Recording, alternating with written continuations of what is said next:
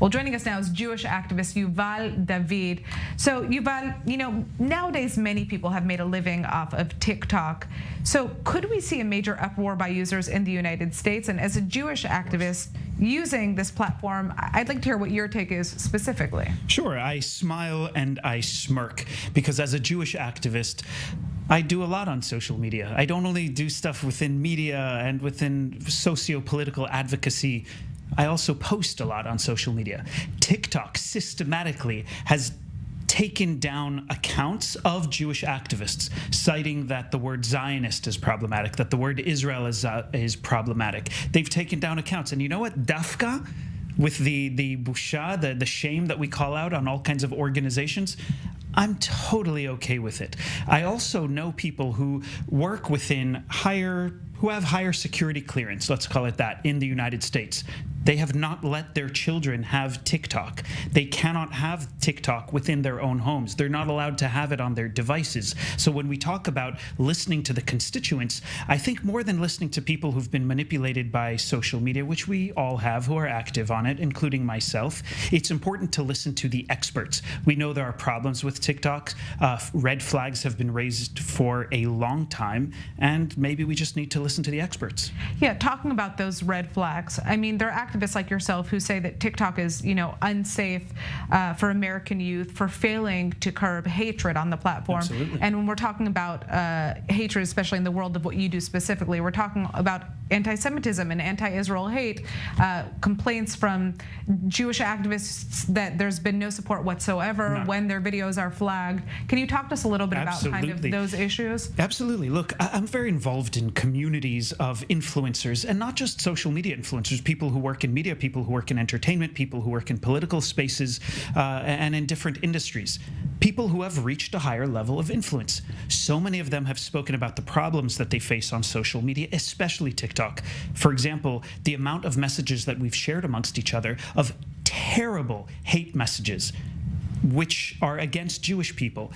If those same messages would have been about people of color, LGBTQ people, women, Asian people, immigrants, refugees, whatever have you, those same comments would not be allowed.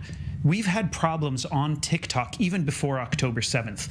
I was listed on lists by the Goyim Defense League and the National Socialist Movement, neo-Nazi white supremacist organizations in the United States, who have used TikTok to target me, including other people. Since October 7th, now most of the hate messages are coming from Islamist organizations, individuals, and other people who are just haters of the Jewish people. So absolutely, there's a huge problem with TikTok.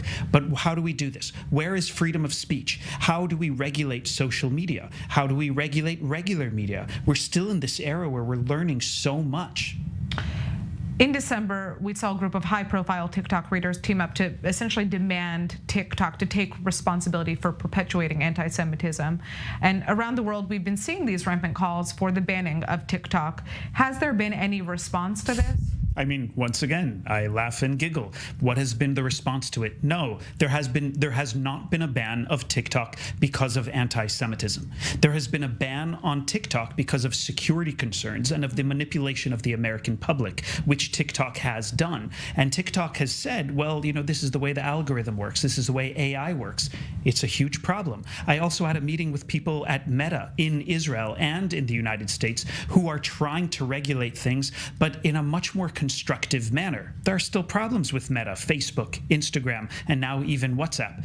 TikTok is not as regulated as Meta is. They do not have the same systems in place within their staff to make sure that it is a safe space, a brave space for people to express themselves freely. It's a place that has a proliferation of hate, and that is a problem. But I don't think that that's why TikTok is going to be banned. It's not about the hate. It's about the safety concerns and the manipulation of the American public through a social media platform. So as a Jewish activist and just a human being who uses TikTok on a daily basis, would you be okay with it being banned in the United States? Absolutely. I'm not defined by my social media. I use social media to amplify the initiatives and the work that I do. I use it as a way to promote and market my work, just like so many other business people do, so many entrepreneurs do. And I also use it as a way to do hasbara, to do hashpa'ah, to do havana, to influence people, to educate and inform people. But I don't think that any of us should be defined by our social media. So many people, especially our youth across the world, are defined by our social media. Something dangerous will happen to them if, for some reason, there will be some sort of cyber terrorism and these social media platforms go down. What will happen to them? Depression rates will go up, suicide rates will go up, anxiety rates will go up. People need to not be defined by their social media. They need to be defined by their real lives, who they are, what they do IRL in real life, not because they're doing some funny little TikTok dance, putting a teaspoon of cinnamon in their mouth, or doing, whatever is the most popular hashtag. All right. Well, we heard it loud and clear. Yuval David, thank you so much for joining us in the studio. That is it for now on I-24 News. We are going to be continuing with our rolling coverage of the Israel-Hamas war, so don't go anywhere. We will be back soon. I'm Natasha Kirchuk, and thanks for joining us.